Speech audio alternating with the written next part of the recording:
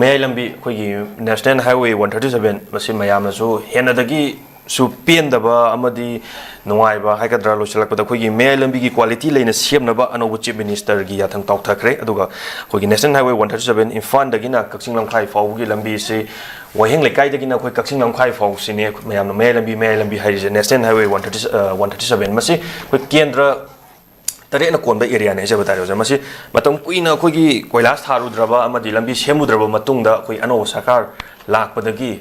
ꯃꯌꯥꯏ ꯂꯝꯕꯤꯁꯤ ꯀꯣꯏꯂꯥꯁ ꯊꯥꯔꯅꯤ ꯍꯥꯏꯕꯗꯒꯤ ꯑꯣꯔꯗꯔ ꯊꯣꯛꯄꯒ ꯑꯩꯈꯣꯏ ꯉꯔꯥꯡꯃꯛꯇꯁꯨ ꯑꯩꯈꯣꯏ ꯍꯤꯌꯥꯡꯊꯥꯡ ꯇꯨ ꯐꯨꯔꯥꯃꯈꯣꯡꯁꯤ ꯀꯣꯏꯂꯥ ꯊꯥꯕ ꯍꯧꯔꯛꯈ꯭ꯔꯦ ꯌꯥꯝ ꯊꯥꯅꯁꯨ ꯊꯥꯏ ꯍꯥꯏꯕꯤꯔꯤ ꯑꯣꯖꯥꯅꯁꯨ ꯑꯗꯨꯕꯨ ꯃꯁꯤ ꯊꯥꯔꯛꯄ ꯃꯇꯝꯗ ꯑꯩꯈꯣꯏꯒꯤ ꯀꯦꯟꯗ꯭ꯔ ꯇꯔꯦꯠꯅ ꯀꯣꯜꯂꯤꯕ ꯂꯝꯕꯤꯅꯤ ꯍꯥꯏꯖꯕ ꯇꯥꯔꯦ ꯑꯩꯈꯣꯏꯒꯤ ꯋꯥꯍꯦꯡ ꯂꯩꯀꯥꯏ ꯑꯩꯈꯣꯏ ꯋꯥꯍꯦꯡ ꯂꯩꯀꯥꯏꯗꯅ ꯀꯛꯆꯤꯡ ꯂꯝꯈꯥꯏ ꯐꯥꯎꯕꯁꯦ ꯑꯞ ꯇꯨ ꯀꯛꯆꯤꯡꯒꯤ ꯑꯩꯈꯣꯏ MLA ꯃꯁꯤꯡ ꯊꯥꯕ ꯇꯥꯔꯒꯗꯤ ꯑꯗꯨꯕꯨ ꯃꯁꯤ ꯗꯣꯟ ꯃꯥꯟꯅꯕ ꯃꯥꯟꯅꯗꯕ ꯇꯣꯉꯥꯟꯅ ꯋꯥꯟ ꯁꯥꯏꯗꯦꯗ ꯑꯃꯗ ꯊꯝꯈ꯭ꯔꯒ ꯄꯨꯂꯞ ꯄꯨꯟꯖꯟꯅꯔꯒ ꯃꯁꯤ ꯑꯩꯈꯣꯏꯒꯤ ꯂꯝꯕꯤꯅꯤ ꯇꯝꯄꯥꯛꯀꯤ ꯑꯣꯏꯔꯤꯕ ꯂꯝꯕꯤꯅꯤ ꯍꯥꯏꯔꯒ ꯑꯝꯇꯪ ꯑꯩꯈꯣꯏꯒꯤ ꯏꯟꯖꯤꯅꯤꯌꯔꯁꯤꯡ ꯑꯃꯗꯤ ꯀꯟꯇ꯭ꯔꯦꯛꯇꯔꯁꯤꯡ ꯑꯩꯈꯣꯏ ꯀꯧꯈꯠꯇꯨꯅ ꯑꯦꯄ꯭ꯔꯤꯜ ꯊꯥꯕꯨꯛꯀꯤ ꯃꯅꯨꯡꯗ ꯀꯣꯏꯂꯥꯁ ꯊꯥꯕ ꯂꯣꯏꯁꯤꯟꯒꯗꯕꯅꯤ ꯍꯥꯏꯕꯒꯤꯁꯨ ꯉꯔꯥꯡꯁꯦ ꯑꯩꯈꯣꯏ ꯁ꯭ꯇꯦꯖꯇ ꯀꯧꯈꯠꯂꯒ ꯋꯥꯔꯤ ꯁꯥꯟꯅꯕꯒꯤ ꯑꯩꯈꯣꯏ ꯚꯤꯗꯤꯑꯣꯁꯨ ꯃꯌꯥꯝꯁꯨ ꯎꯍꯟꯖꯈ꯭ꯔꯦ ꯑꯗꯨꯕꯨ ꯃꯁꯤꯗ ꯀꯔꯤꯒꯨꯝꯕ ꯊꯕꯛꯁꯤ ꯄ꯭ꯔꯣꯁꯦꯁ ꯆꯪꯁꯤꯟꯗ꯭ꯔꯕ ꯑꯃꯗꯤ ꯌꯥꯝꯅ ꯄ꯭ꯔꯣꯁꯦꯁ ꯂꯩꯅ ꯊꯕꯛꯁꯦ ꯇꯧꯗ꯭ꯔꯒꯗꯤ ꯁꯦꯡꯁꯟ ꯇꯧꯕ ꯌꯥꯔꯣꯏ ꯐꯥꯎꯕ ꯑꯩꯈꯣꯏ ꯍꯥꯏꯈꯤ ꯑꯗꯨꯕꯨ ꯃꯁꯤ ꯑꯣꯖꯥ ꯀꯦꯟꯗ꯭ꯔ ꯇꯔꯦꯠꯁꯤꯒꯤ MLA ꯂꯩꯕꯤꯔꯤꯕꯁꯤꯡꯁꯦ ꯗꯣꯟ ꯃꯥꯟꯅꯕ ꯃꯥꯟꯅꯗꯕ ꯑꯃꯨꯛꯇꯪ ꯄꯨꯟꯖꯟꯕꯤꯔꯒ ꯂꯝꯕꯤꯁꯦ ꯁꯦꯝꯃꯤꯉꯩꯁꯤꯗ ꯇꯨꯡ ꯐꯥꯎꯕꯒꯤ ꯍꯌꯦꯡ ꯀꯨꯏꯅ ꯆꯠꯅꯕꯒꯤ ꯃꯁꯤꯗ ꯄꯨꯟꯖꯟꯅꯔꯒ ꯁꯦꯝꯃꯛꯄ ꯃꯇꯝꯗ ꯑꯩꯈꯣꯏ ꯄ꯭ꯔꯖꯥꯁꯤꯡꯗ ꯀꯔꯤ ꯑꯄꯦꯟꯕ ꯂꯩꯒꯅꯤ ꯀꯔꯤ ꯅꯨꯡꯉꯥꯏꯕ ꯂꯩꯒꯅꯤ ꯍꯥꯟꯅ ꯋꯥꯔꯝꯕꯗꯒꯤ ꯍꯧꯖꯤꯛꯁꯤꯅ ꯀꯔꯤ ꯐꯤꯕꯝꯗ ꯑꯅꯧꯕꯗ ꯀꯔꯝꯕ ꯁꯦꯝꯖꯟꯁꯤꯒꯦ ꯄ꯭ꯔꯖꯥꯁꯤꯡꯒꯤ ꯅꯨꯡꯉꯥꯏꯅꯕ ꯑꯅꯥ ꯂꯥꯌꯦꯡꯕꯨ ꯄꯨꯔꯛꯄ ꯃꯇꯝꯗ ꯍꯧꯖꯤꯛ ꯋꯥꯡꯒꯣꯏ ꯇꯨ ꯍꯤꯌꯥꯡꯊꯥꯡꯒꯤ ꯂꯝꯕꯤꯁꯦ ꯆꯠꯄ ꯃꯇꯝꯗ ꯃꯌꯥꯝꯅꯁꯨ ꯀꯤꯅꯔꯦ ꯑꯅꯥꯕ ꯄꯨꯈꯠꯄ ꯃꯇꯝꯗ ꯌꯥꯝ ꯁꯦꯡꯅ ꯍꯥꯏꯔꯕꯗ ꯃꯁꯤ ꯑꯔꯣꯏꯕꯗ ꯑꯣꯖꯥ ꯃꯁꯤꯒꯤ ꯂꯝꯕꯤ ꯁꯦꯝꯃꯛꯄꯒꯤ ꯃꯇꯥꯡꯁꯤꯗ ꯄ꯭ꯔꯖꯥꯁꯤꯡꯒꯤ ꯑꯋꯥꯕ ꯂꯩꯔꯝꯕ ꯑꯃꯗꯤ ꯆꯠꯊꯣꯛ ꯆꯠꯁꯤꯟꯗ ꯊꯦꯡꯅꯔꯤꯕ ꯑꯋꯥꯕꯁꯤꯡꯒꯤ ꯃꯇꯥꯡꯗ ꯀꯔꯤ ꯃꯣꯠ ꯊꯝꯕꯤꯅꯤꯡꯉꯤ ꯑꯣꯖꯥ?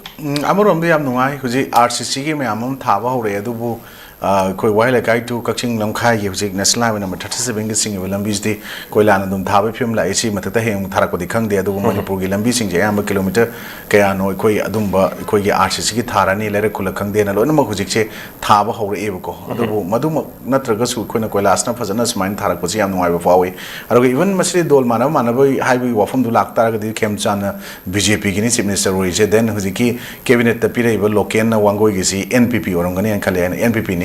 ꯑꯗꯨꯅ ꯁꯨꯃꯥꯏꯅ ꯏꯚꯟ ꯃꯁꯤꯗ ꯑꯩꯅ ꯀꯟꯒ꯭ꯔꯦꯆꯨꯂꯦꯠ ꯇꯧꯅꯤꯡꯕ ꯊꯥꯒꯠꯄ ꯐꯣꯡꯗꯣꯛꯅꯤꯡꯕꯁꯦ ꯑꯩꯈꯣꯏꯒꯤ ꯃꯌꯥꯏ ꯂꯝꯕꯤꯗꯒꯤ MLA ꯍꯧꯖꯤꯛ ꯀꯦꯕꯤꯅꯦꯠ ꯌꯥꯎꯔꯛꯏꯕ ꯑꯩꯈꯣꯏꯒꯤ ꯏꯌꯥꯝꯕ ꯂꯣꯀꯦꯜ ꯀꯣ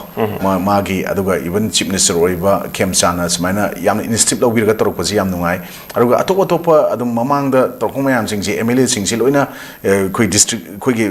ꯀꯣꯟꯁꯇꯤꯇ꯭ꯌꯨꯟ ꯑꯦꯁꯦꯝꯕ꯭ꯂꯤ ꯇꯔꯦꯠ ꯍꯥꯏꯇꯥꯔꯦ ꯁꯤꯒꯤ MLAꯁꯤꯡ ꯂꯣꯏ ꯇꯨꯝꯃꯒ ꯂꯩꯔꯨꯕꯗꯧ ꯇꯧꯔꯨꯕꯅꯦꯕ ꯁꯦꯡꯅ ꯑꯗꯨꯕꯨ ꯉꯔꯥꯡ ꯅꯍꯥꯟ ꯑꯩꯈꯣꯏꯒꯤ ꯑꯅꯧꯕ ꯆꯤꯞ ꯃꯤꯅꯤꯁꯇꯔ ꯑꯃꯗꯤ ꯑꯅꯧꯕ ꯀꯦꯕꯤꯅꯦꯠ ꯃꯌꯥꯏ ꯂꯝꯕꯤꯗ ꯑꯃ ꯌꯥꯎꯔꯛꯄꯗꯨꯅ ꯃꯕꯥꯏꯅꯤꯅ ꯃꯔꯨꯑꯣꯏꯕ ꯏꯅꯤꯁꯤꯌꯦꯇꯤꯚ ꯂꯧꯔꯀꯥꯟꯗ ꯃꯁꯤ ꯇꯧꯔꯛꯄ ꯑꯣꯏꯒꯅꯤꯅ ꯈꯜꯂꯤ ꯑꯗꯨꯅ ꯑꯇꯣꯞꯄ ꯇꯨꯝꯗꯅ ꯂꯩꯔꯤꯕ ꯃꯌꯥꯝꯁꯤꯁꯨ ꯍꯧꯒꯠꯍꯟꯅꯤꯡꯉꯤ ꯑꯗꯨꯒ ꯏꯚꯟ ꯑꯩꯈꯣꯏ ꯏꯂꯦꯛꯁꯟ ꯃꯇꯝ ꯃꯄꯥ ꯌꯧꯔꯀꯥꯟꯗ ꯍꯧ ꯆꯣꯡꯉꯛꯄ ꯑꯗꯒꯤ ꯏꯂꯦꯛꯁꯟ ꯀꯗꯒꯤ ꯏꯔꯥꯡꯁꯦ ꯂꯩꯔꯒ ꯃꯅꯨꯡꯗ ꯇꯨꯃꯤꯟ ꯂꯩꯁꯟꯕ ꯀꯩꯝ ꯌꯥꯎꯗꯕ ꯃꯥꯟꯕ MLA ꯃꯌꯥꯝꯁꯨ ꯑꯗꯨꯝ ꯊꯦꯡꯅꯗꯕ ꯅꯠꯇꯦꯕꯀꯣ ꯑꯗꯣ ꯃꯁꯤ ꯃꯃꯤꯡ ꯑꯣꯏꯅ ꯄꯥꯔꯇꯤꯀꯨꯂꯔꯥꯏꯖ ꯇꯧꯗ꯭ꯔꯒꯁꯨ ꯑꯩꯈꯣꯏꯅ ꯍꯥꯏꯁꯦ ꯃꯁꯥ ꯃꯁꯥꯅ ꯑꯗꯨꯝ ꯚꯥꯞ ꯇꯥꯔꯝꯒꯅꯤꯅ ꯈꯜꯂꯤ ꯑꯗꯨꯅ ꯃꯁꯥꯒꯤ ꯃꯣꯔꯦꯜ ꯔꯦꯁꯄꯣꯟꯁꯤꯕꯤꯂꯤꯇꯤ ꯂꯧꯕ ꯉꯝꯗ꯭ꯔꯕ ꯏꯂꯦꯛꯇꯦꯗ ꯑꯃꯒꯤ ꯇꯁꯦꯡꯅ ꯍꯥꯏꯔꯒꯗꯤ ꯏꯂꯦꯛꯇꯦꯗꯇꯤ ꯑꯣꯏꯁꯜꯂꯨꯔꯕ ꯏꯂꯦꯛꯇꯦꯗ ꯑꯃꯒꯤ ꯂꯧꯒꯗꯕ ꯊꯧꯗꯥꯡꯗꯤ ꯂꯧꯕ ꯉꯝꯗꯕ ꯔꯦꯁꯄꯣꯟꯁꯤꯕꯤꯂꯤꯇꯤ ꯃꯁꯥꯅ ꯐꯤꯛꯁ ꯇꯧꯖꯕ ꯉꯝꯗ꯭ꯔꯕ ꯀꯥꯡꯕꯨꯁꯤꯡ ꯍꯥꯏꯕ ꯇꯥꯔꯦ ꯃꯁꯤ ꯌꯥꯝ ꯏꯀꯥꯏꯅꯤꯡꯉꯥꯏꯅꯤ ꯍꯟꯗꯛꯀꯤ ꯏꯔꯥꯡ ꯃꯅꯨꯡꯁꯤꯗ ꯑꯗꯨꯒ ꯇꯁꯦꯡꯅ ꯍꯥꯏꯔꯒꯗꯤ ꯃꯁꯨꯝꯕ ꯃꯌꯥꯝꯁꯤꯅ ꯃꯔꯝ ꯑꯣꯏꯔꯀꯥꯟꯗ ꯂꯩꯕꯥꯛ ꯏꯔꯥꯡꯁꯤ ꯃꯁꯦ ꯃꯨꯊꯠꯄꯁꯨ ꯉꯝꯗꯕ एस्केलेट तौथ्रपदे मतेंग पांग आइजे तुमिन लेशनगिबा अखोइजे मणिपुर अपुंबगिनी अखोइनो ओरिबे MLA जे कॉन्स्टिट्यूएंट असेंबली सिकतगी नते इलेक्टेड अमो ओइरबा अरो तागद आई केंद्र गत नतेबा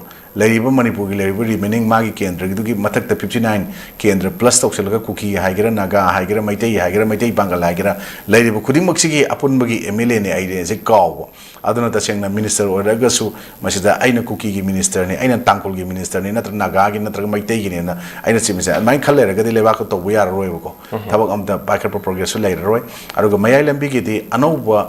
कैनोमा मयोल अमा तसेंगना हारगदि अनौबा CM की खुदोल ओइना तसेंगना अनौबा कैबिनेट मिनिस्टर की अखोइगी NPP दे ओइरगसु वांगोइदगी काराइबु कैनोसिगी मतुंगिना मखोइना सुमाइना पाइखर पिरकपसिमदि अखोइ ममांगदा मुक्तो उद्रिबा मओंगदा फजना थानागा थारगा अखोइ थौबालगी मोरीरोम थागी लंबी की अखोइगी खुथादो अखोइना अदमाइना याम थानागा थाबदो हंदक अहाम बोइन उइबा अहामददि अखोइना से ngarang nan ko lambi semba hawrne har kanda ngarang ikoi gi mifamong furang khong dai ko gi Honorable CM adagi cabinet minister sing yauna koi phamgiba mifamdugi semjal libra lambi se nungdang de koina halakko matam da thengna pung mapan khaitara ta matam da mase mase sing chaira mel hobu khra uiba samain tor dum to khadra pawda tha dong nai koi thare koi la se kaine haina ba por hol khra mel ga to pod mai to kidra na khalure lambi sem base ko marak ta lambi sem ji amon ne shure ba sem ne tor to me lambi bal to me lambi ji bu koi yang thang da gina koi keno mongjang ga sai bok tang oibra sai bok thinga ek to kiba ga sam thong mu kai ga thinga mai je to kiba to we ta uiba ko ado handa ki oina di madugi pot thok ta na ba tasengna hona bu supami aduga leiba no lengak sarkar china aduga tasengna ngarang thaba horiba koilas ki sang do haib tari thari ba sang do ya ta tharaga te yamna phani haib gi wadi na te ko adu boi koina magi quality do maintain taro kanda magi tharaga su magi hap ko do ba koila gi chang nung gi chang tot pui chang na yamna chap chana proportion do quality leina to biraga tharaga de amuk tha gi business sahi yam sang chakane khale ari yam cho cho heavy vehicle ikoi gi cho cho mal chang pu gari yam thau su na te me lam bi se ko aduga kaino se aduna tasengna popo kai ba khot pasiti tasengna tikadar me am duga matam ni lengak tuga dum manung du prikhaw ye nari brantraga department singa haiba pot praja singa de dum hangning ba wahang me am thangat ning ba aduga social media da natraga any pot as maina comment pi bu ki ba kai no hai kanda masi gi pot against the government against the kaino ngang ena masi kaino lakadra makoi matak taga case thak bi pangkala kadra FIR chan bi kadra ni ki bi pot am ga praja singum lei ana koi praja koi na su masi quality sui su de ai je ta sena koi last ta ba khang haiba mayam am leram gani ba thari kangu na trasu ko makoi na zum thola ga cd mai si wa le si tawi haiba ga si hairaga matugi complain tawna bagi room ma ka masi honorable CM amadi ujiki masi bu concern masi bu yengchen ba pibiri ba MLA minister sing duna aya ba ga pibiri ga makoi da complain taw ya ba pot amachu adum pi ba chu meng khale ado koina mayam na phagi taw ngana re khujik se koi kem honorable CM kem chana par ko matung jida nga sai gi anil kapu ge film am khak lai da nai kana adugi type ta tawre te stage ta ko khatlaga wari share adagi ko dong nong tawni ga tawre kan haiba pot yaw ko then no mo chief minister ba anil kapu gi naik ta tawri ba pot to chief minister am na taw ge hardi ma gi discretionary da laiba power ma am swin ga taw ya ba sing du khara ma khay dum utpwani madu ya daga ke su ulam moy ba ko aduna maduradi koi gi elected ataba amana no mo chief minister ohen bo ani aruga even elected ataba no oi ba se koi gi raisona chu akoi na chu even article 164 of the constitution india koi gi dum thatru ki manung da amuk kana hona raga thatru mu oi bi ka dum lay constitution provide to adun ya da dina te ba piri ba one day gi piri do ko adu hujiti ma one day gi na te na ko hujik lay ba after koi gi hujiki yam sang na president rule zahi aniga thani pan ma pan leiru matungda after that ekoina mathangi election laktri boki ma chief minister oibiya oinabagi hapa abani oibiya bagi ayaba piraga ko president rule se lokthokraga aduna mana tawkro paikla botabak thorom singduda ekoi tasengna every sector koi communication gi da koi lambi thong gi da na education gi da xyz usi arana hoi tori me am sing even ngarang nahan thangal baza gi or mane manus by inspection chatla kan daga sigi lokto osi tawin tawgi pote aina hygienic wan ko lei swais da koi gi custody thong gi awang da koi bora gali ka hena bra sigi jaga sida hawik si masa na ta lam jeloi kanjal laga koi gi mathak ki slate hairaga thong kano gi nambul gi turel mathak ta sare mafam sing sida hotel sajamba second hand gi kano ocean work mayam torgo ji molal laga leiba potsina maram mora kan de koi gi smart city gi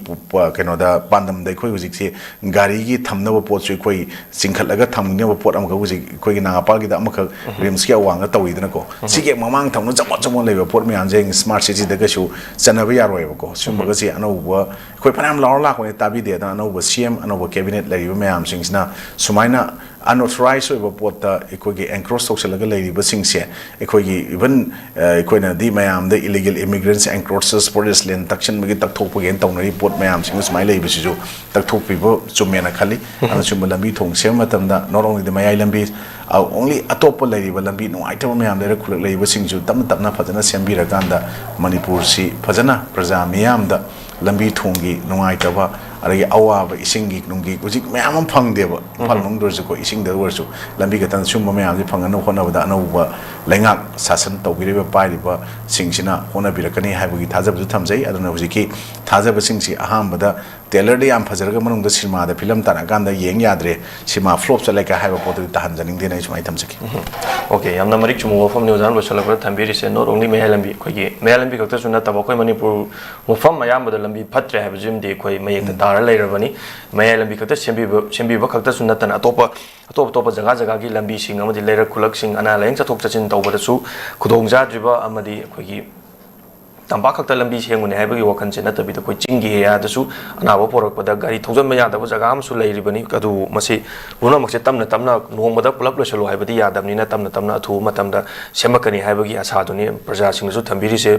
praja sing gi thajaba su mangan bidaba amadi anoba sarkar sina lakpada hana leirambadagi anoba sarkar se lakpada sigedi ole haibdo praja sing na khangan biba amadi mayu makai hanjan mangam driba idp sing gi ju awabda saruk yabiba amadi makogi leibam amadi makogi